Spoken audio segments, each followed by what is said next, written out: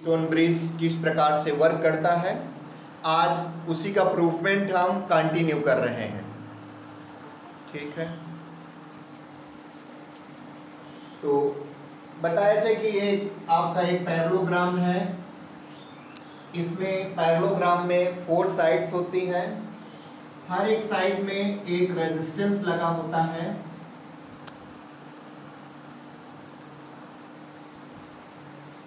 इसमें बेटा 2 डायगोनल्स होते हैं।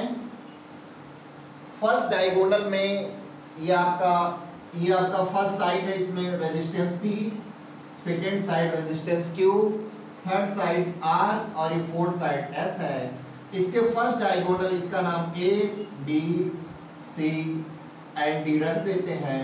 इसके फर्स्ट डायगोनल में पिछले टर्म बताए थे गैल्वेनोमीटर अटैच कर देते हैं और एक प्रेस की K2 अटैच कर देते हैं। सेकेंड डायगोनल में एक आपका सेल अटैच होता है, ऑन ऑफ स्विच अटैच होती है A और C के बीच। ये सेल E है और ये की K1 है। ऐसी कंडीशन जनरेट करते हैं कि K1 और K2 को पुश करने के बाद इस गैल्वेनोमीटर में कोई भी डिफ्लेक्शन ना आए।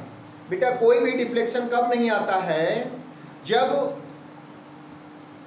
हम देखते हैं कि डिफ्लेक्शन एकदम ना हो। कब? जब P बाई Q का रेशियो इक्वल होता है R बाई S के रेशियो के।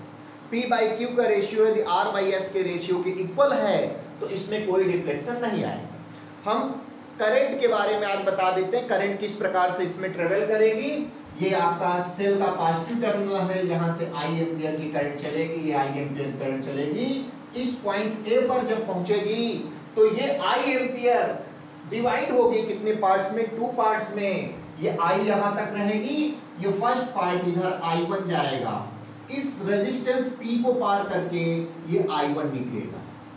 अब हमने कल ही बता दिया था कि जो पॉइंट, ये आपका पॉइंट है, पॉइंट B और पॉइंट D ऐसे पॉइंट हैं जिन्हें हम इक्वा पोटेंशियल पॉइंट कहते हैं।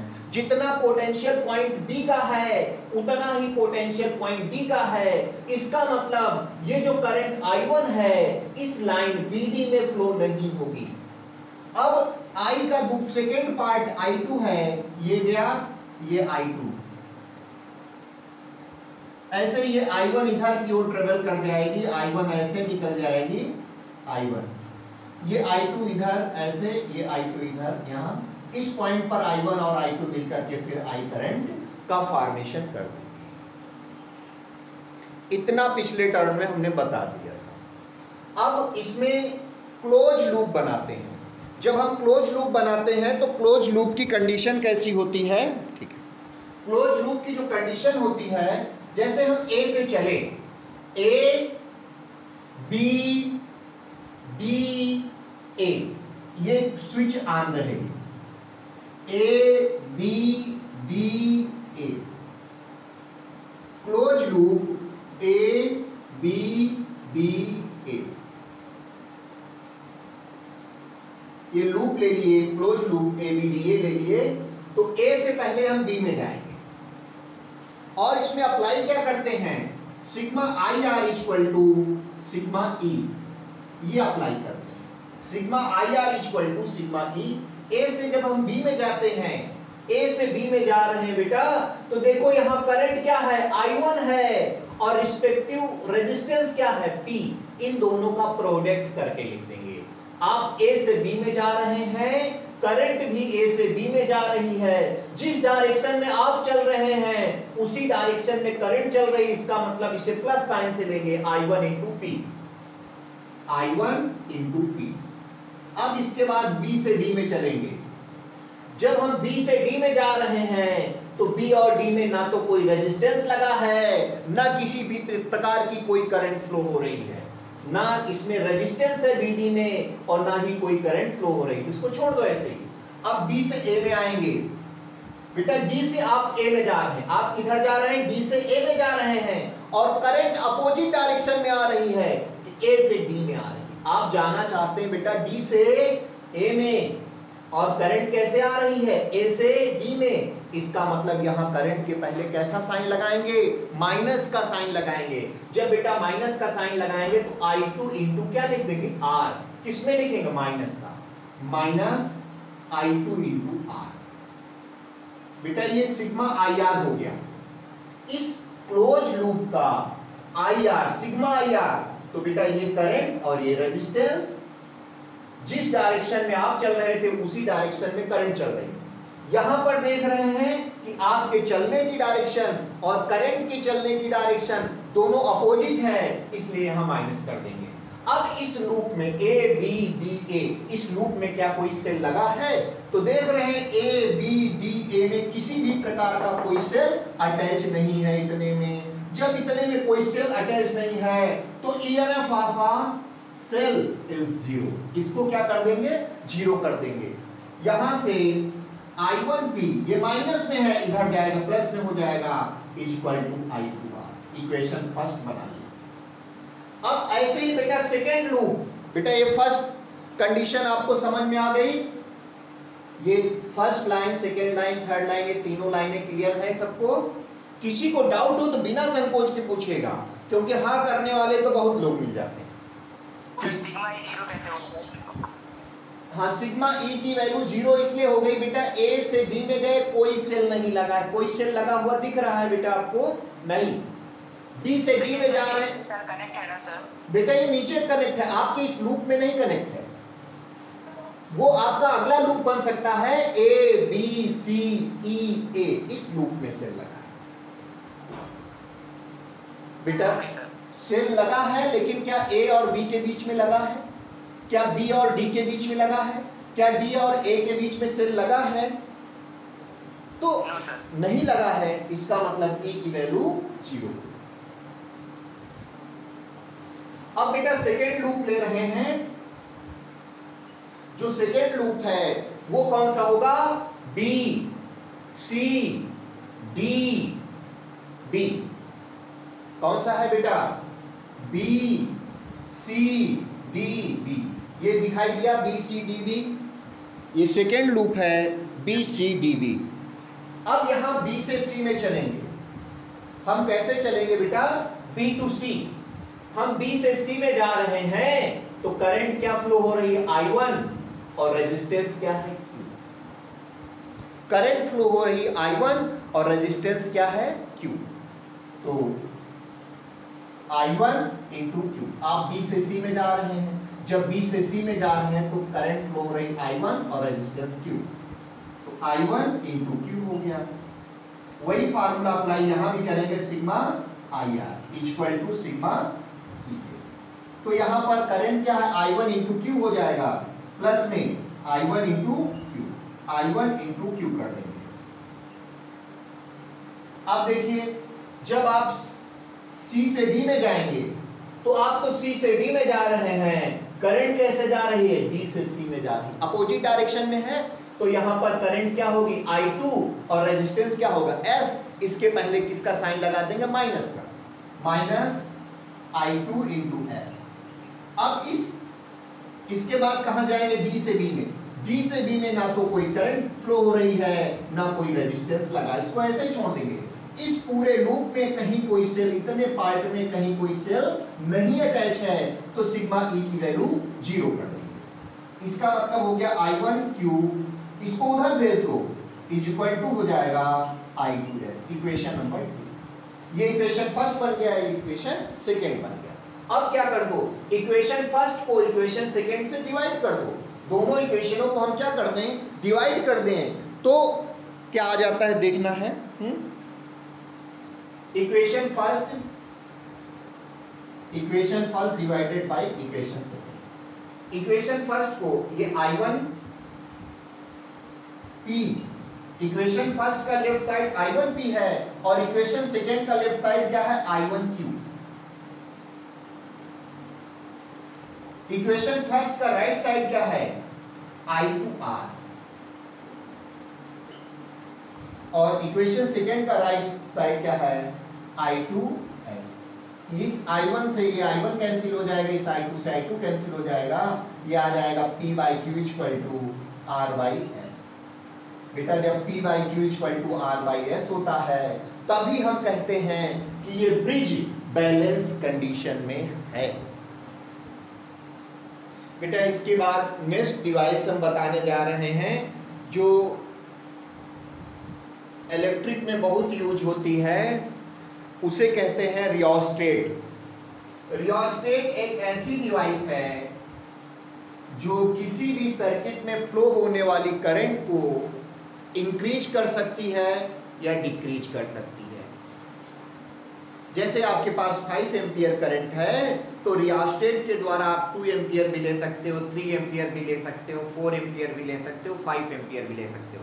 तो 5 एम्पियर से अधिक ले नहीं सकते बेटा। जो जितनी एक्चुअल करंट है आपके पास उससे कहीं पर आपको कम करंट की जरूरत है तो रियोस्टेट के द्वारा उससे आप कम करंट ले सकते हो। कहीं पर 0.5 एम्पियर करंट की जरूरत है तो इससे 0.5 एम्पियर की भी करंट ले सकते हो। जैसे आपके घर में हाई वोल्टेज आ रहा है, अब तो एलईडी आ गई है, पहले बल्ब वगैरह फ्यूज हो जाते थे। अब पता चला घर में जो बल्ब बना है 220 वोल्ट पर काम करने के लिए बनाया गया था, लेकिन आपके घर में आने लगा वोल्टेज 250, 260, ज़्यादा हाई वोल्टेज आ गया तो रियोस्टेट के द्वारा बेटा वोल्टेज को भी डिक्रीज कर सकते हो। जितना वोल्टेज आ रहा है उससे जितना चाहे उतना कम वोल्टेज ले सकते हो, लेकिन एक्चुअल वोल्टेज से ज़्यादा वोल्टेज नहीं ले सकते। रियोस्टेट एक ऐसी डिवाइस है जो किसी भी सर्किट में फ्लो होने वाली करंट की वैल्यू को या वोल्टेज की वैल्यू को डाउन कर सकती है। तो रियोस्टेट को बेटा हम 2 टाइप से यूज करते हैं। First type is a current controller, current को कंट्रोल करने के लिए इसको यूज करते हैं। और सेकेंड टाइप में जब इसका हम यूज करते हैं तो वोल्टेज डिवाइडर या पोटेंशियल डिवाइडर, वोल्टेज को पोटेंशियल भी कहते हैं, पोटेंशियल डिवाइडर के रूप में करंट कंट्रोलर और पोटेंशियल डिवाइडर। हाई पोटेंशियल है तो उससे लो पोटेंशियल हम कर देते हैं, हाई करंट है तो उसके द्वारा लो करंट कर देते हैं। हेडिंग डालो बेटा रियोस्टेट। यस यस बोलिए बेटा। Sir like stabiliser? ना ना ना ना, स्टेबलाइजर में ट्रांसफार्मर होता है बेटा। वो जैसे अब स्टेबलाइजर हम लगाते हैं कि हमारे घर में 220 वोल्टेज बना है, ठीक है। ज़्यादातर स्टेबलाइजर 110 को कन्वर्ट करते हैं 220 में, 110 वोल्ट को कन्वर्ट करते हैं 220 वोल्ट। ये काम क्या करेगी, यदि आपके घर में 220 वोल्ट आ रही तो आप 5 वोल्ट भी बना सकते हो, आप 5 वोल्ट भी बना सकते हो, आप 1 वोल्ट भी बना सकते हो, आप 110 वोल्ट भी बना सकते हो, ठीक है बेटा। रियोस्टेट में एक ये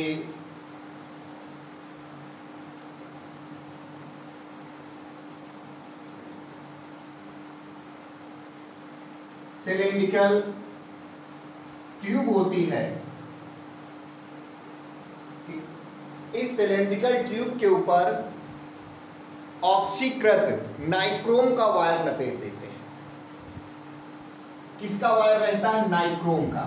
nichrome means nickel plus chromium को मिला करके जो वायर बनाया जाता है उसे हम नाइक्रोम का वायर कहते हैं। ये बेटा निकिल और क्रोमियम को एक फिक्स रेशियो में जब हम मिला देते हैं तो वो आपका नाइक्रोम बन जाता है।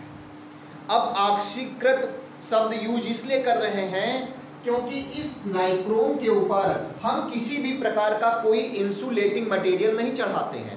जैसे जब हम वायर बनाते हैं तो वायर बनाते समय हम प्लास्टिक की कवरिंग करते हैं, प्लास्टिक की क्या करते हैं? कवरिंग करते हैं जिससे आपको शॉर्ट ना लगे। लेकिन ये ऑक्सीकृत नाइक्रोम का मतलब इसके ऊपर अपने आप ऑक्सीजन की लेयर चढ़ जाती है। इसके ऊपर किसकी लेयर चढ़ जाती है? जैसे प्लास्टिक की लेयर चढ़ती है उसी प्रकार से इसके ऊपर ऑक्सीजन की लेयर चढ़ जाती है। जब ये ऑक्सीजन की लेयर चढ़ जाती है तो ये आपको शॉर्ट नहीं मारेगा।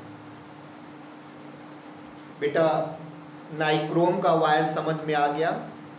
इसके ऊपर लेयर किसकी चढ़ेगी? ऑक्सीजन की। यहाँ इसके इस नाइट्रोम के वायर में करंट तो रहेगा, लेकिन जब ऑक्सीजन की लेयर चढ़ जाएगी तो oxygen is a insulating substance, और यहाँ पर आप टच करेंगे तो आपको कोई शॉर्ट नहीं लगेगा, लेकिन यदि यहाँ टच कर लिए तो आपको शॉर्ट लगेगा। अब क्या करते हैं, इस वायर को इसके ऊपर लपेटना शुरू कर देते हैं, ऐसे ऐसे। बेटा किसी वायर को लपेटेंगे तो इसके 2 टर्मिनल्स यहां पर मिल जाएंगे।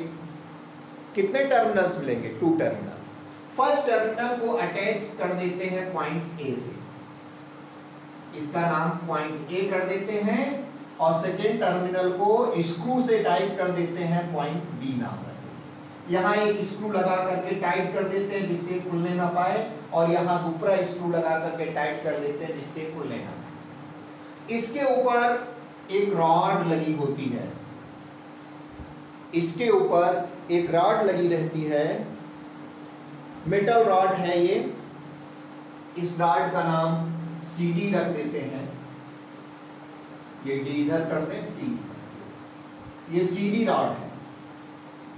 सीडी रॉड बेटा आप कनेक्शन यहां से कर सकते हैं, ए से कर सकते हैं, कनेक्शन आप बी से भी कर सकते हैं, और यहां कनेक्शन आप सी से कर सकते हैं। बेटा ये सीडी रॉड इसके पैरेलल रहती है, और एक इसमें की लगी रहती है इस प्रकार से।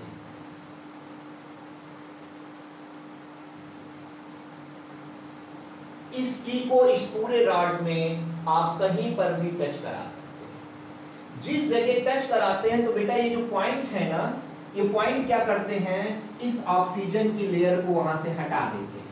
जैसे ऐसे टच करेंगे पॉइंट तो ये यहां से ऑक्सीजन की लेयर हट जाएगी। जिस पोजीशन को ये पॉइंटर टच करेंगे वहां की ऑक्सीजन हट जाएगी, और सीधे यहाँ इसका कनेक्शन, ये वायर जो इंसुलेटिंग वायर था इस जगह कंडक्टिंग वायर बन जाएगा, और ये करंट इस रास्ते से ऐसे जाना शुरू कर देगी। जैसे आप करंट ए से भेज रहे हैं, कहां से भेज रहे हैं? ए से करंट जा रही है, तो ये ए से करंट ऐसे ऐसे ऐसे ऐसे यहाँ पहुंचेगी, यहाँ पहुंचेगी, यहाँ पहुंचेगी, यहाँ पहुंचेगी, यहाँ पहुंचेगी, और इस रास्ते से ऐसे निकल जाएगी, फिर आगे करंट नहीं जाएगा, ऐसे।